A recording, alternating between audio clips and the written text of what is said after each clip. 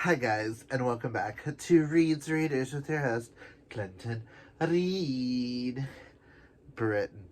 Yes, I look like a hot ass mess. But you know what? I figured this was the best way to explain how I feel about February. Not that I was a hot ass mess, but I finished a lot. And I'm tired, and I'm gonna relax from here on out. I'm gonna get cozy with my yellow blankets, and I'm gonna embrace my new power color, and I'm gonna have a gay time. So I thought this was like the perfect way to be like, let's get cozy and discuss February. That guy just wanted an excuse to have my yellow blanket in a video. Okay. So, in the month of February, I did take part in the RomCom Swoonathon, and I was able to complete a total of 7 bingos altogether, 6 on the board, and one of the movies I was able to complete. Unfortunately, I didn't read a billionaire book, a bookish. I did not write a letter to myself, nor did I read a celebrity. And I had started Real, but then I decided, it is soft DNF on that one. That one's not included in the DNFs, because that one's like a soft DNF, because I decided at the very end of the month, I think I fucked with my emotions enough. So, okay. In the month of February, I have all my stats right here if you're questioning why I'm looking down. I finished 21 books in the month of February, DNF'd 2 for good, which made a total of 7,526 pages. I still feel like that's still wrong. When you see some of the behemoths, you'll understand why I feel like that is wrong. Okay, out of that, I gave 2 3 stars, 5 4 stars, 10 5 stars, and 4 6 stars. Oh, that'll be on my best of the year list. And I will tell you, I'm pretty sure the top 3 of this month might be the top 3. I don't know what order those are in just yet. So the top 3 of this video are not set in an order, but I'm pretty sure they will be the top 3 of the year, maybe all year long. We shall see if any books want to join them or beat them. Like, these are really, excuse me, again, tiring month. Don't know how they're gonna beat me. Get beat. Okay. So for my backlist author project, I am only working on currently 1, but this month I have decided I am adding 3 new authors to that, and that will be Elena Armos, Helena Greer, and Lynn Painter are getting added to that, with a potential of Chloe Leese to join that project. But we shall see in the future. But the only one that I am literally counting right now is Miss Megan Bronte, because I'm trying to complete all of her books this month. I did complete one of my book club books and DNF'd another. Unfortunately, I was not able to read any other book club books. I did complete at least 1 book on Kindle. I might have read a couple of these others at some point on the Kindle. I don't remember. I did complete 13 of them on audio, or listened at some point of those 13 books on audio. There was one manga for the bingo boards, because Swoonathon, I completed 18 books that completed things on the bingo board for that. But I also count 8 of the bingo slots on Kaylani's year-long being taken care of. Those being A Second Chance Romance, An Emotional Read, Fake Dating, a book featuring music, multiple love interests, disability, a book with pink on the cover, and told from multiple perspectives. I think I did really good with bingo board projects. 6 of the books on here were some sort of project book. 9 of the books I read this month start a series, 4 continue a series, and 3 finish a series or catch up on a series. 1 is a catch up. I have completed 2 series this month. 3 were rereads, and I have 5 buddy reads this month, whether they started off that way or not unintentionally. So, if the book, I read it for something on the bingo board, I will let you know what that was. So, let's just get into this.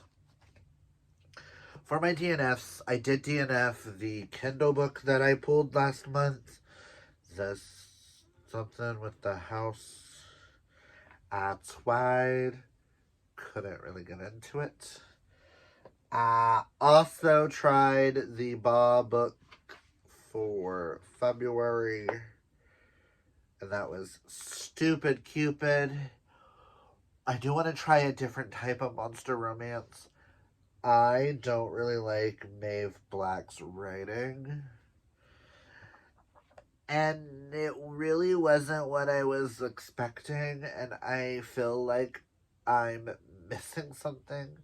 That maybe this is not the first in this series, and like you feel like you should already know what this world is. And all I know is like a Cupid falling in love with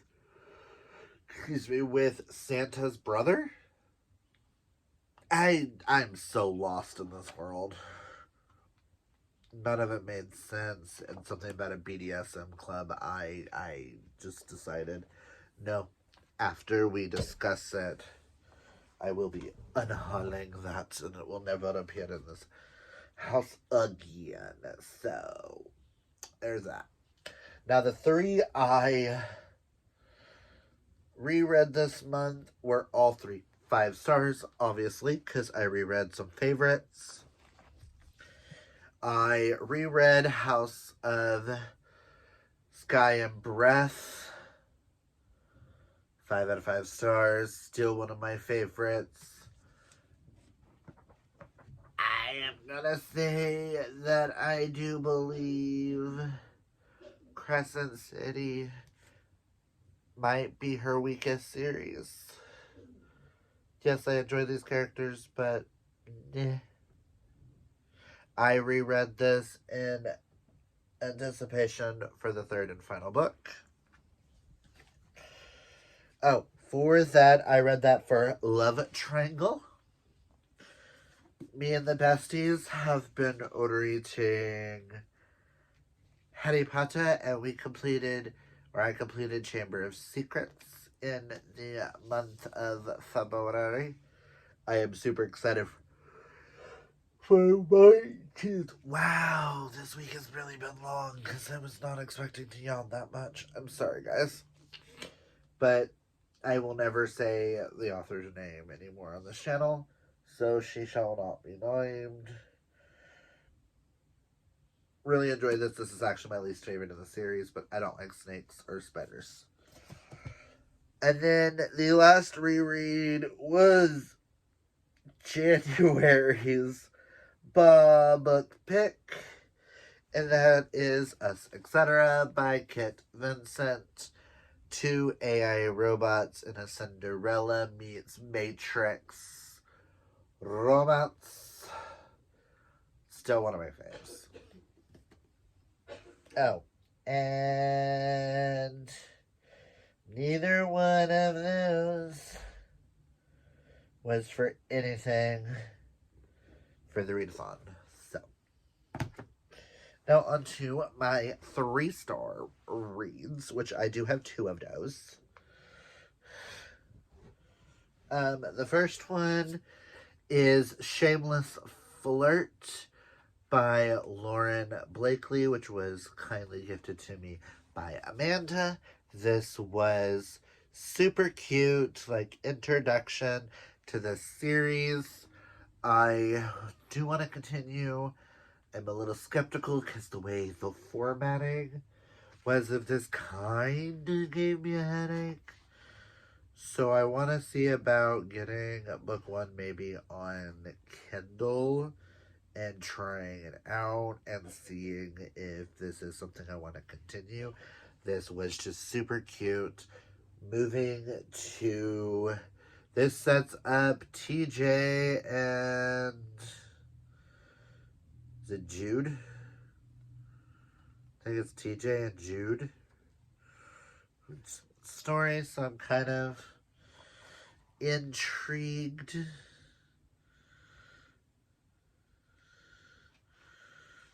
to see.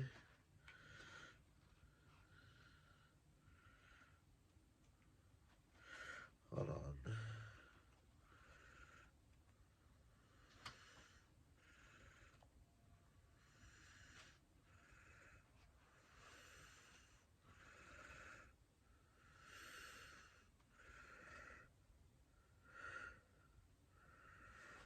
And TJ and Jude. It was super fun, super cute. I just thought it was way too short. It was technically only 44 pages, but... and Shameless Flirt, I don't think got me anything, which it didn't. Next, I have Hello Forever, which is book 2 in the Goodbye Paradise series. I gave this 3 stars because, again, I don't think this should have been a duology. I think this should have been a trilogy, and there was a different set of couple that should have been set up in the middle of the 2 books, and they could have ended with this. But because it was a duology, this fell so flat to the amazing awesomeness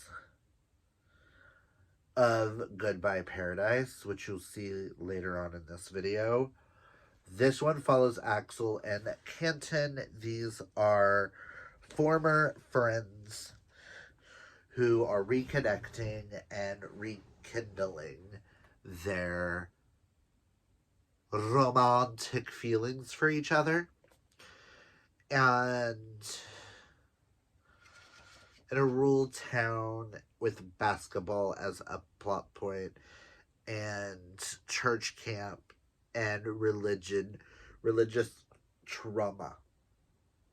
A lot of religious trauma. Oh my god, my foot fell asleep. Sorry, guys. Like I said, fell a little flat. I did enjoy the characters. I feel like we were missing something. Yes, it was nice to see Josh and the guys from book 1 in here. Loved it. Just, I don't know. Not what I was expecting. Now on to our 4-star reads. Oh, and Hello Forever I read for, where is it? Wasn't it Friends to Lovers?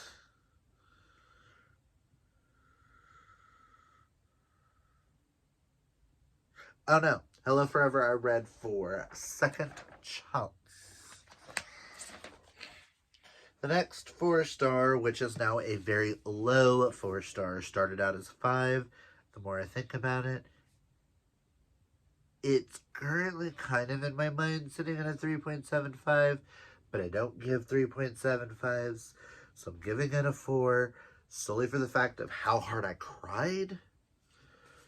But I'm not going to discuss any more than that because it is a Sarah J. Maas and I don't want to spoil it for anybody who has not read.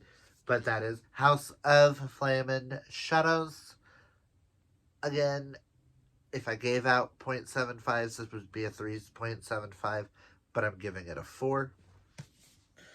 Because 3.5 just does not sound right.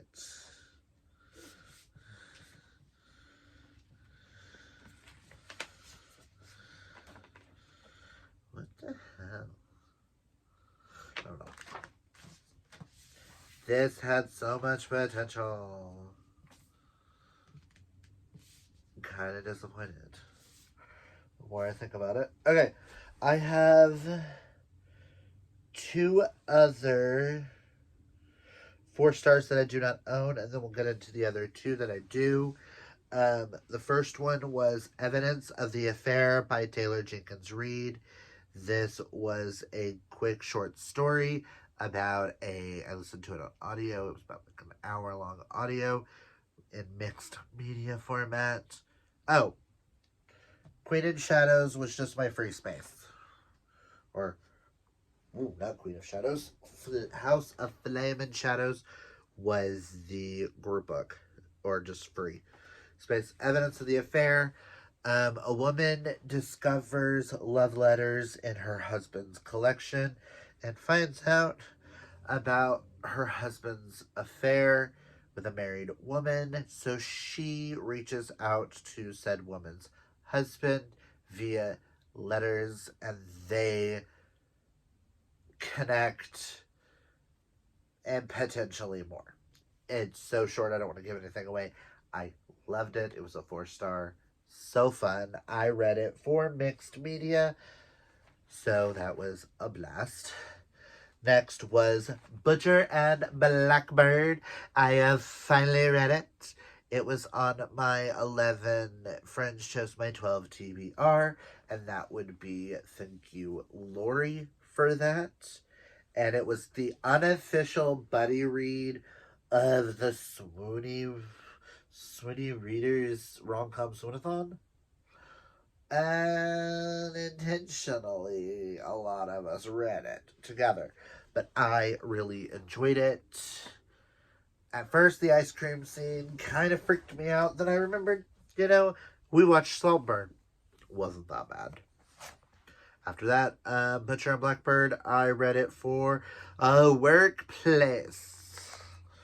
Not going to discuss that one much. It's all over the place. Everybody has read it. Loved it. I am super excited for book 2. I'm still deciding if I want to own these books or if these are just books I'm going to consume and just enjoy. The other 2 4-stars are really high 4-stars for me. The first one is Dare You to Hate Me by B. Celeste. This is book 1 in the Lyndon Yu series, which I am super excited for. Dare You to Trust, or Beg You to Trust Me, Danny and Skylar's book. Aiden and Ivy are perfect together. This is one of those typical romances. It did exactly what we wanted it to do. It set up this universe. This was so much fun. And I cannot wait to continue with some more B. Celeste. This is the one I was least interested in the series. So I know it can only go up from here. Super excited, and I'm so glad I read it. I don't remember a lot about it, but I do remember the characters are very vivid. Like, this was a fun time. It just isn't a new phase, which is why I didn't get a 5, and that's okay. Next is the Spanish dare you to hate me? I read this for Time Span.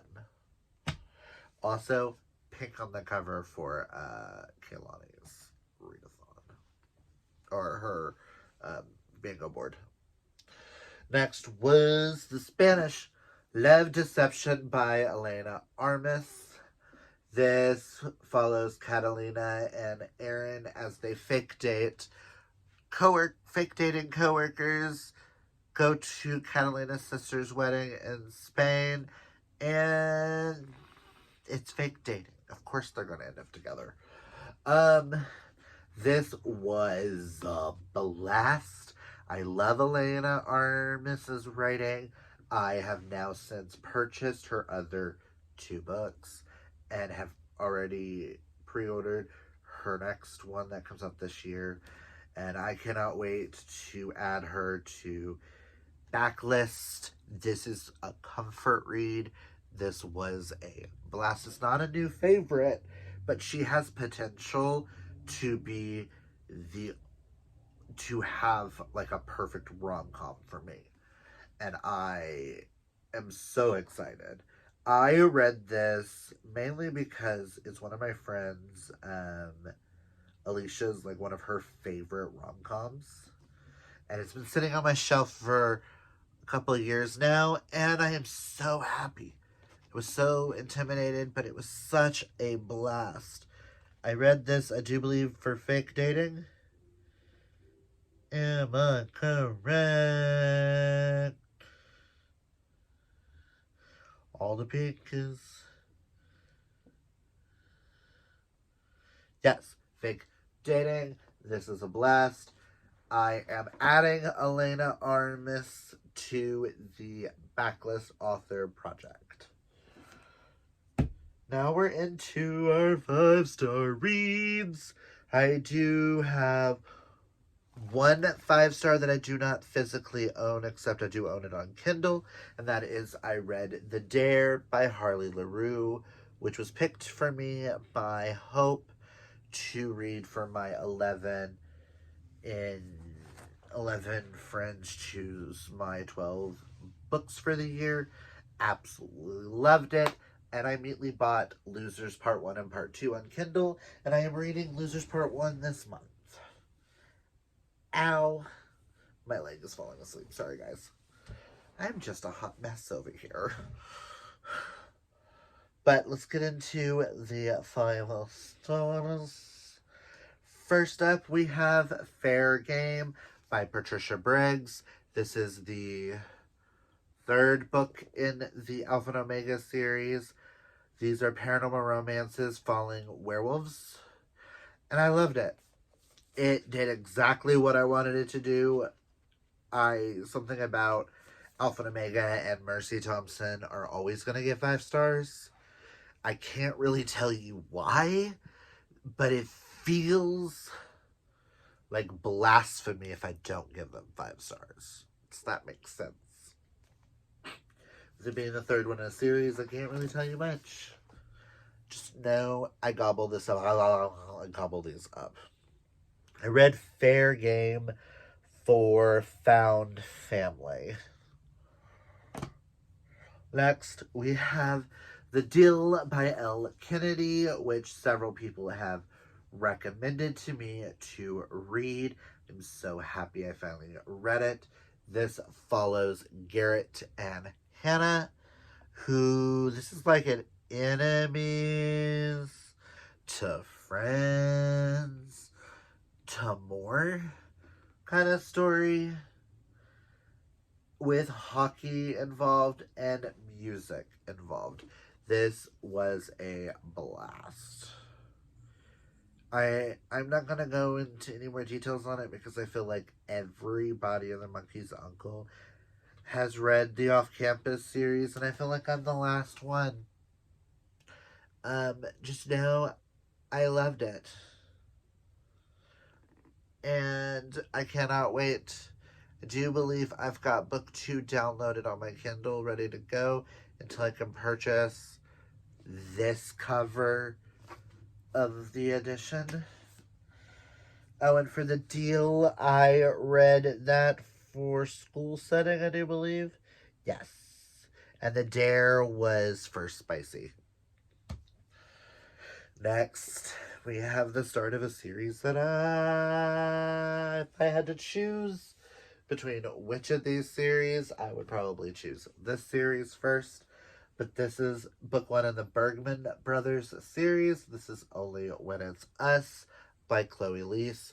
This follows Willa Sutter and writer Bergman.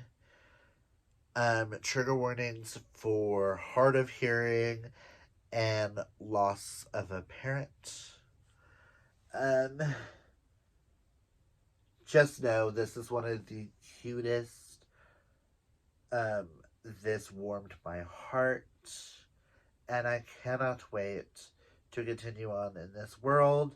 I am planning on making sure this is one of those series that will get finished this year. No ifs, ands, or buts about it. I read it for disability. I also read it because it's one of... Wow, tired brain. One of Nikki's favorite series, and I'm just happy for her readathon. I wanted to read one of her personal favorites. Next is a book I picked up on a whim. Solely for the fact that they called the guy a queer son of an inn cook, groundkeeper. But I read For Never and Always by Helena Greer, and I am now adding Helena Greer to the backlist author project. I have her other book up there, and then there's one more coming out. Did not realize this was a series, that this is technically book 2. So I now have book 1, and then I have book 3 pre-ordered. It's not listed as a series. They're all listed as standalones, so be warned. But this one follows Hannah and Levi. Levi is returning after filming in Australia. He is returning to the Kerrigan's Inn, where after the innkeeper has passed away, she has left the inn to Hannah, Levi, and not Naomi, the other one.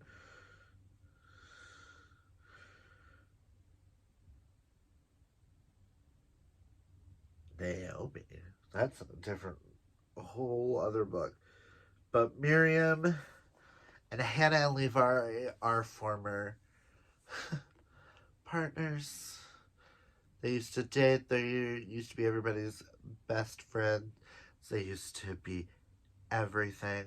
I will also let y'all know, because it does say queer son, this is one of the best representations I have seen of demisexual sexuality, and I loved every minute of this. I want to visit Kerrigan's so fucking bad. And I'm so glad I have a Christmas one that I'm reading hopefully soon, even though it's not Christmas time. Typically don't do that, but I need to know how Miriam and Noelle got together before I read book 3 about their wedding. So I cannot wait. Next is our Megan Brandy of the month, and that is Trouble at Brayshaw High, which is book 2 in the Boys of Brayshaw High. This follows Raven and her boys. I can't tell you much because it's the second one. Just know it ended on a fucking cliffhanger, and I need to know. I need to know what happens. Like, when you know, you know.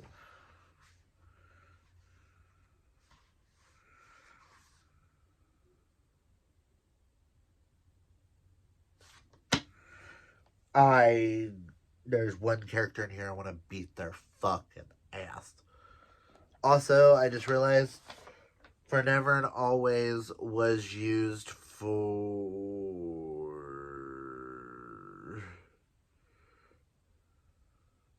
Small Town. And I'm using Trouble on Racial High for a YA. It is labeled YA/new adults because they are set in high school. So be warned. But they're of age 17 and 18. So to me, in this universe, it doesn't really bother me. And when it gets to the sex scenes, I kind of like tune it out anyways. So this fucking love. Just all the rest of these books I fucking love. And the last 5-star I have to talk to y'all about is Boyfriends Volume 1 by Refrainbow. This is a graphic novel about a polyamorous couple. So 4 men are all dating each other. A jock, a nerd, a goth, and a prep. None of the characters have names. It's just depicting their relationships together in the cutest way possible with the cutest artwork. Yes, is it stereotyping? Yes. Do I care? No. Is this one of the cutest, sweetest things ever in the world? Yes. Did I need it? Fuck yes. Did I pre-order volume 2? Yes, yes, yes. Yes. All the yes. All the yes. And I read this for meet cute. Because all 4 meeting each other is like the cutest things in the world. And now let's get to our top 4 books of the month. So, first off, we will have book 2 in the Jacksonville Rays series, and that is Pucking Wild. This follows Tessa and Ryan. Tessa and Ryan. This is a reverse age gap hockey romance, and Tessa is running away from her former husband. That's all I'm gonna say. That's all you need to know. These books, I love them. This is probably my current favorite ongoing published series, which also Tessa's best friend is Rachel from book 1, which has my favorite polyamorous couple of all time. The boys and Rachel all loving each other in their own. Oh my god. Ugh. Just everything. I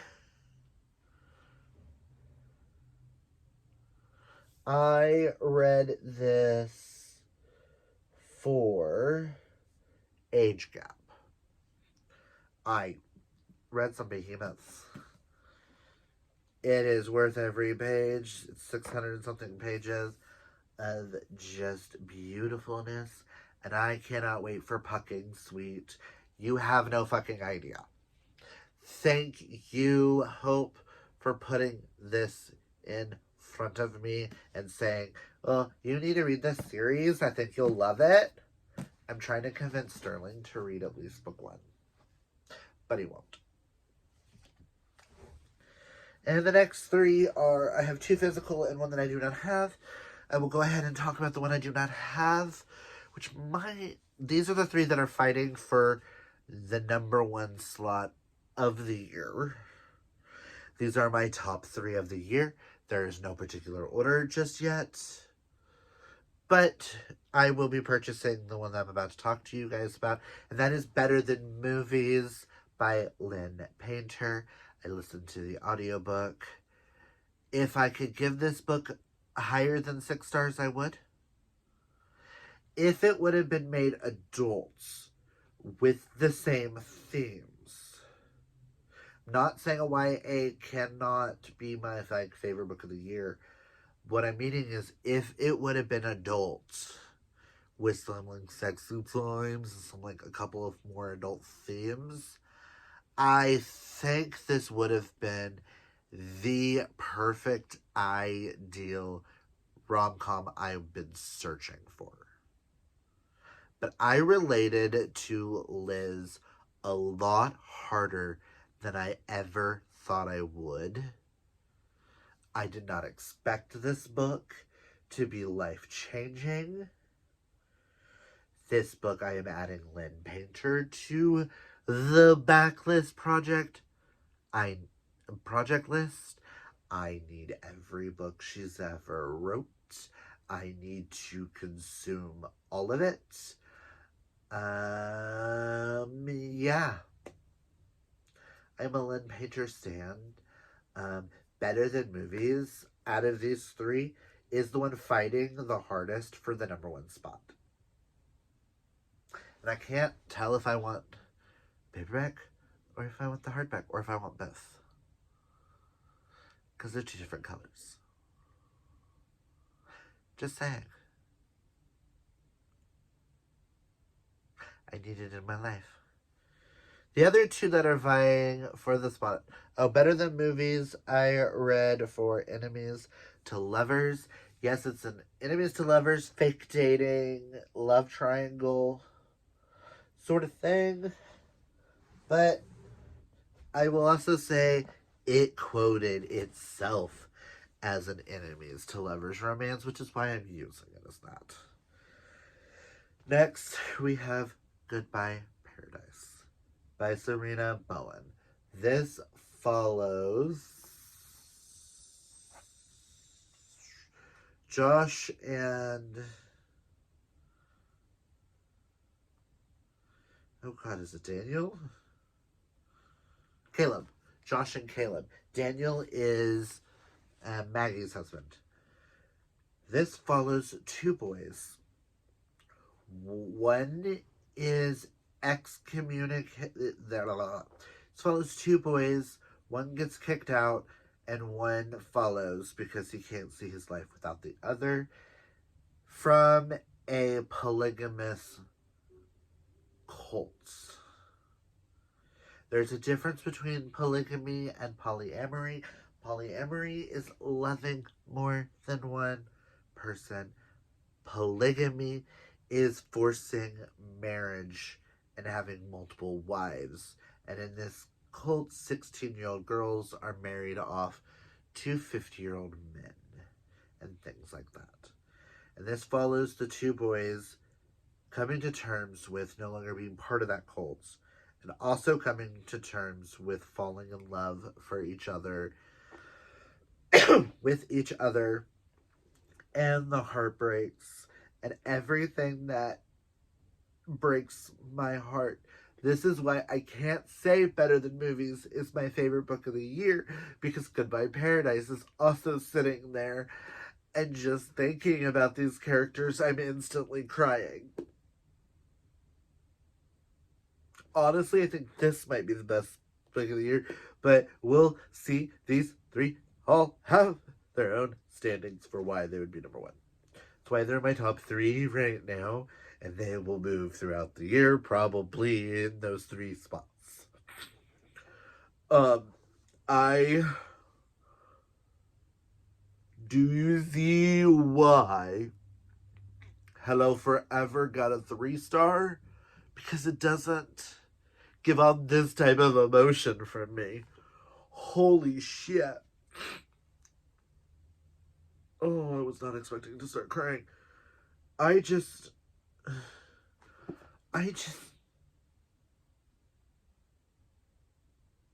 love my boys. And they deserve all the happiness because of the shit they went through. And no one should ever be told that who you love is wrong. Just because they are the same sex as you. As a queer male in a male-male relationship.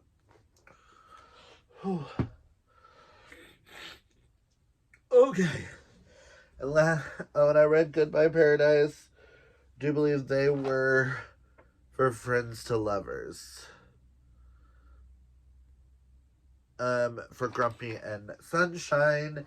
The last book I'm going to talk about is Pucking Ever After Volume 2. This has short stories with all the characters previously in the first 2 books. But there's one line said in the final short story that I can't get out of my head. And that is why this one's up there. But I don't think this one's my favorite book of the year. I think it's in the top 3. I think this one's sitting in the 3rd spot. And will stay there for that one line. It is the line I cannot get out of my head. I can't say the name that is attached to it. But because the 2 men that are having said conversation and doing what needs to be done for their relationship, all I can say is the line is, to know you is to love you blank. And I think that is the greatest line I will ever read in any romances. To know you is to love you. And that's where we're going to end it here, because I feel like I need to go get emotional and cry over Goodbye Paradise again. Thank you. We're done. Okay, we're done. I completed RomCom Swoonathon. I will say thank you to the Swoonies, to the Murder of Besties, Nikki, Dana, Kaylani, Karina. You ladies are the GOAT. You truly are the best human beings we could ever ask for. And all of us are so thankful to have you in our lives. Me, in particular, you ladies are not only my closest friends on the internet, you guys are also my soul sisters for life. And I will forever be y'all's gay little brother. Even though I think I'm older than at least Kaylani. Possibly some of the others, but I'm the gay Midwest yellow Care Bear loving freak here. And you ladies are truly my Care Bear sisters. And what I said during y'all's live show, we were talking with the Care Bears, I meant every single word. So I'm just going to end with that. Thank you for this readathon. Comment down below, have you guys read any of these? Tell me your thoughts. Do you think Better Than Movies or Goodbye Paradise is my favorite book of the year? Help. That's all I've got for you guys. If you like this video, hit that thumbs up. If you're new, hit that subscribe. And you might as well hit that bell icon, because you want to know all the trashy content and messiness you're going to find here. This is the messiest I think I've ever been in a video, and I don't know how to feel about that. But that's all I've got. We've done the liking and all the subscribing and shit. Remember, kids, always be fabulously yourself. Boy.